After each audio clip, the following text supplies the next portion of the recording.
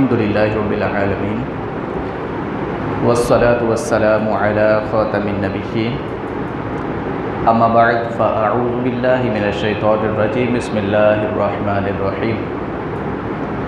الصلاة والسلام علیکہ یا رسول اللہ وعلی آلک واصحابک یا حبیب اللہ الصلاة والسلام علیکہ یا نبی اللہ وعلی آلک واصحابک یا نور اللہ۔ امام علی مقام، امام تشنا کام، امام حمام، امام حسین رضی اللہ تعالی عنہ سے روایت ہے، رسول اللہ صلی اللہ علیہ وآلہ وسلم نے ارشاد فرمایا، لوگوں میں وہ شخص کنجوس ہے کہ سامنے میرا ذکر ہو اور وہ مجھ پر درود نہ پڑھے۔ آئیے محبت کے ساتھ اپنے آقا مکی مدنی مصطفیٰ صلی اللہ علیہ وآلہ وسلم پر درود پاک کا نذرانہ محبت کے ساتھ پیش کرتے ہیں۔ الصلاۃ والسلام علیکہ یا سیدی یا رسول اللہ وعلی آلک واصحابک یا سیدی یا حبیب اللہ۔ الصلاۃ والسلام علیکہ یا سیدی یا نبی اللہ وعلی آلک واصحابک یا سیدی یا جد الحسن والحسین۔ اللہ تبارک و تعالیٰ قرآن مجید فرقان حمید میں پارہ 2 سورہ بقرہ آیت نمبر 214 میں ارشاد فرماتا ہے، ام حسبتم ان تدخلوا الجنۃ ولما یأتکم مثل الذین خلوا من قبلکم مستهم البأساء والضراء والزلزلوا حتى يقول الرسول والذین آمنوا معه حتى نصر اللہ متى نصر اللہ الا ان نصر اللہ قریب۔ اس آیت مقدسہ میں علماء کرام اس حوالے سے اس آیت مبارکہ کے بارے میں فرماتے ہیں کہ یہ آیت مبارکہ اس وقت نازل ہوئی جب سنہ 5 ہجری میں غزوہ احزاب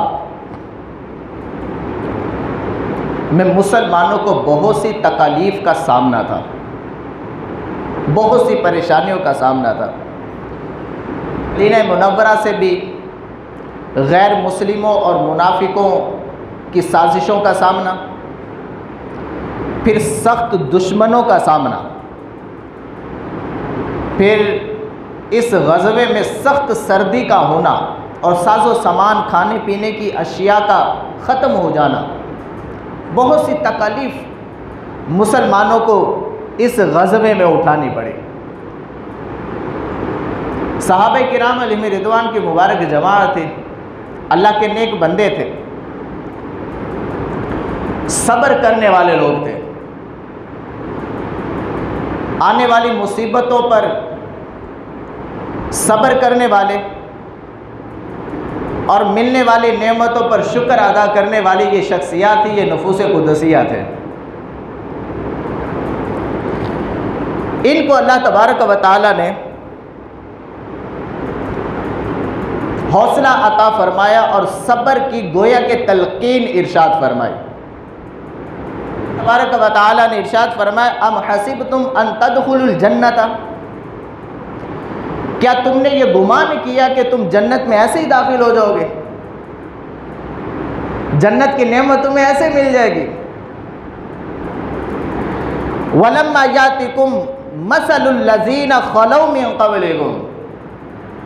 کہ تمہیں وہ مصیبتیں چیزیں پہنچی نہیں ہیں جو پہلی امتوں کو پہنچی تھی، جو پہلے تم سے پہلے لوگوں کو جو چیزیں پہنچی تھی وہ تمہیں نہیں پہنچی۔ مَسَّتْهُمُ الْبَأْسَاءُ وَالضَّرَّاءُ وَالزُّلْزِلُوا، ان پہلی امتوں کو کیا پہنچا تھا؟ اللہ تبارک و تعالی ارشاد فرماتا ہے انہیں بہت سی تکالیف اور بہت سی شدتیں ان کو پہنچی، وَالزُّلْزِلُوا، اور وہ ہلا دیے گئے۔ ایمان والے تھے، ایمان پر پختگی تھی ان کے دلوں میں، اور ان پر مصیبتوں کا آنا، ان پر پریشانیوں کا آنا، تکالیف کا آنا، یہ ان کی زندگی کا گویا کہ حصہ بن چکا تھا۔ اور اللہ تبارک و تعالیٰ نے ارشاد فرمایا تم جنت میں ایسے ہی چلے جاؤ گے حالانکہ تمہیں وہ چیز نہیں پہنچی جو تم سے پہلوں کو پہنچی تھی۔ حتی یقول الرسول والذین آمنوا معہ حتی متی نصر اللہ الا ان نصر اللہ قریب۔ مزید اللہ تبارک و تعالی ارشاد فرماتا ہے یہاں تک کہ رسول اور اس کے ساتھ ایمان والے کہہ اٹھے اللہ کی مدد کب آئے گی؟ اتنی تکالیف، اتنی پریشانیاں اور اتنی شدتیں ان کو پہنچی کہ حتیٰ کہ وہ کہہ گئے کہ اللہ کی مدد کب آئے گی۔ الا ان نصر اللہ قریب، اللہ تبارک و تعالی ارشاد فرماتا ہے سن لو بے شک اللہ کی مدد قریب ہے۔ یہ آیت مبارکہ جس طرح عام مسلمان اور عام ایمان والے کے سامنے اس کا حوصلہ بلند کرتی ہے اور اس کا جذبہ بڑھاتی ہے، اسی طرح یہ آیت مبارکہ کربلا والوں کا جذبہ اور ان کا حوصلہ بلند کرنے والی ہے۔ تاریخ اسلام کے اندر،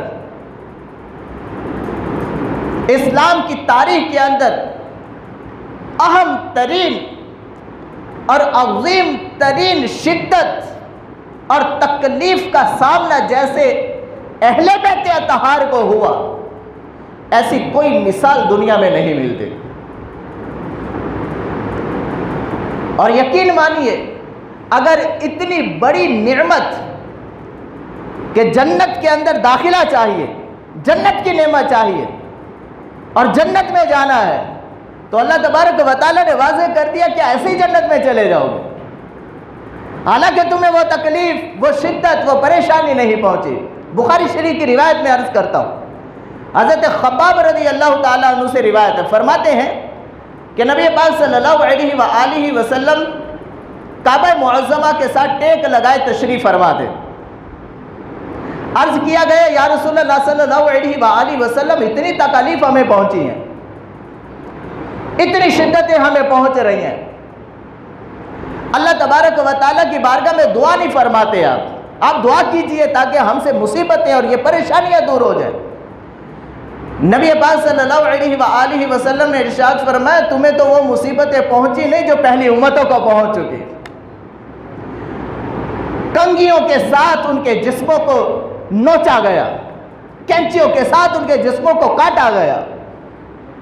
زندہ ہی گڑھا کھود کر سب کو ڈال کر اوپر مٹی ڈال دی گئی، زندہ درگور کر دیا گیا، تمہیں تو وہ مصیبتیں پہنچی نہیں، لہذا انہوں نے صبر کیا۔ اے میرے صحابہ تم بھی صبر کرو، اور صحابہ کرام علیہ رضوان نے صبر کا وہ مظاہرہ کیا کہ نبی پاک صلی اللہ علیہ وآلہ وسلم کی خاطر اپنی جانوں کو قربان کرنے کے لیے تیار ہو جاتے ہیں۔ غزوہ احزاب ہی دیکھ لیں، شدت کا غزوہ، تکالیف ہی تکالیف، کھانے کے لیے خوراک موجود نہیں ہے مسلمانوں کے پاس، لیکن تکلیف انتہا کی تکلیف ہے۔ اہل بیت اطہار علیہم رضوان کو دیکھ لیجئے، ایک طرف صحابہ کرام علیہم رضوان کی قربانیاں اور اہل بیت اطہار کی قربانیاں ہم بھول نہیں سکتے، اور ایک طرف اہل بیت اطہار کی قربانیاں، امام علی مقام، امام تشنا کام، امام حمام رضی اللہ تعالیٰ عنہ اپنے رفقا کے ساتھ مدینہ منورہ چھوڑنے کے لیے تیار ہو گئے۔ وہ مدینہ کہ ہر عاشق رسول کی تمنا ہے مدینہ دیکھنا، سبز گنبد کے نظارے کرنا، وہ پیارا پیارا خوبصورت گنبد دیکھنا، نورانی گنبد کا نظارہ کرنا ہر مسلمان کی تمنا، سنہری جالیوں کے سامنے روبرو کھڑے ہو کر با ادب نذرانہ عقیدت پیش کرنا ہر مسلمان کی یہ خواہش اور تمنا ہے۔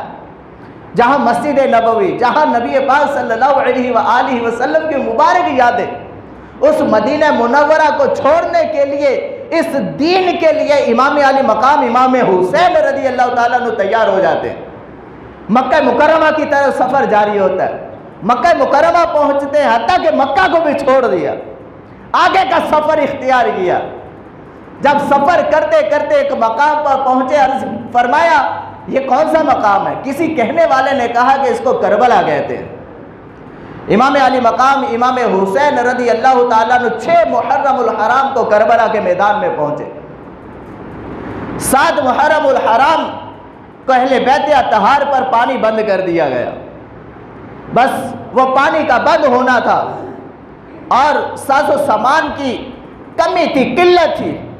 لیکن صبر تھا، حوصلہ تھا، یہی جذبہ تھا، یہی وہ ولولہ تھا کہ نبی پاک صلی اللہ علیہ وآلہ وسلم کے دین کی سربلندی، اور اس دین کی سربلندی کے لیے امام علی مقام امام حسین رضی اللہ تعالیٰ عنہ نے یزید کے ہاتھ میں ہاتھ نہ دیا، ثابت قدم رہے، صبر و استقلال کا دامن آپ نے تھامے رکھا، اور یہ وہی صبر تھا کہ جس کی تلقین میرے آقا صلی اللہ علیہ وآلہ وسلم ارشاد فرما چکے تھے۔ یہ وہی صبر تھا جس کے متعلق میرے آقا صلی اللہ علیہ وآلہ وسلم فرما چکے تھے کہ جس کے جان یا مال میں مصیبت پہنچی اس نے اس پر صبر کیا، ویلا نہ کیا، اللہ پر حق ہے کہ اس کی بخشش فرما دے۔ یہ صحابہ کرام علیہم رضوان کے اندر یہ وہی جذبہ تھا، یہ وہی صبر تھا، یہ وہی نبی پاک صلی اللہ علیہ وآلہ وسلم کی تلقین تھی، آپ کے ارشادات تھے جو ان کے جذبوں کو بڑھاتے تھے۔ امام علی مقام امام حسین رضی اللہ تعالیٰ عنہ نے اس پر بھی صبر کیا، پانی بند کر دیا گیا، صبر کیا، کھانا بند کر دیا گیا، صبر کیا، خیموں پر تنے تنہا اہل بیت اطہار کا وہ مختصر سا قافلہ تشریف فرما رہا، حتیٰ کہ پانی لانے اور کھانا پہنچنے پر بھی پابندیاں لگا دی گئی۔ ایک بہت صبر والے وہ ایام تھے جب 10 محرم الحرام کا دن آتا ہے، وہ تپتا ہوا دن، شدت کی گرمی، لیکن اہل بیت اطہار علیہم رضوان کا حوصلہ اس کی مثال نہیں ملتی، ان کا جذبہ اس کی مثال نہیں ملتی، اور اس پر وہ صابر رہے، اور اللہ تبارک و تعالیٰ کا ذکر اور اس کی یاد میں اپنے شب و روز گزارتے رہے۔ اور 10 محرم الحرام کو جب صبح ہوتی ہے، سورج نکلتا ہے، اور رات بھی عبادت میں گزری، اللہ تبارک و تعالیٰ کی یاد میں گزری، اللہ تبارک و تعالیٰ کی یاد میں وہ رات گزارنے کے بعد بھی اہل بیت اطہار پر جب صبح ہوتی ہے، نماز فجر ادا کی جاتی ہے، جب سورج نکلتا ہے، امام علی مقام امام حسین رضی اللہ تعالیٰ عنہ کوفہ والوں کی طرف، یزیدیوں کی طرف متوجہ ہو کر خطبہ ارشاد فرماتے ہیں۔ خطبے کا ارشاد فرمانا تھا، لیکن ان یزیدیوں پر امام علی مقام امام حسین رضی اللہ تعالیٰ عنہ کی کسی بات کا اثر نہ ہوا، حتیٰ کہ وقت گزرتا گیا، جب جنگ کا نعرہ بجایا گیا، اس وقت بھی امام علی مقام امام حسین رضی اللہ تعالیٰ عنہ نے دلیل حجت کے لیے خطبہ ارشاد فرمایا، لیکن اس خطبے کا بھی ان یزیدیوں پر کوئی اثر نہ ہوا۔ تخت نشین ہونے کے بعد یزید گویا کہ اندھا ہو چکا تھا، بہرا ہو چکا تھا، نہ تو کچھ سننے کے لیے تیار تھا، نہ کچھ دیکھنے کے لیے تیار تھا، اور نہ یہ دیکھنے کے لیے تیار تھا کہ یہ شخصیت کون سی ہے، امام علی مقام امام حسین رضی اللہ تعالیٰ عنہ کا رتبہ کیسا ہے، یہ نوازہ کن کا ہے، یہ کن کے ہاتھوں میں پلنے والی شخصیت ہے، اور کن کے سینوں پر کھیلنے والے یہ لوگ ہیں، میں کن کے ساتھ لڑائی کرنے کے لیے آگے بڑھ رہا ہوں۔ حالانکہ وہ بھی آپ کو نبی مکرم صلی اللہ علیہ وآلہ وسلم کا اپنے آپ کو امتی کہنے والے لوگ تھے، لیکن ان پر کوئی اثر نہ ہوا۔ دنیا کی محبت،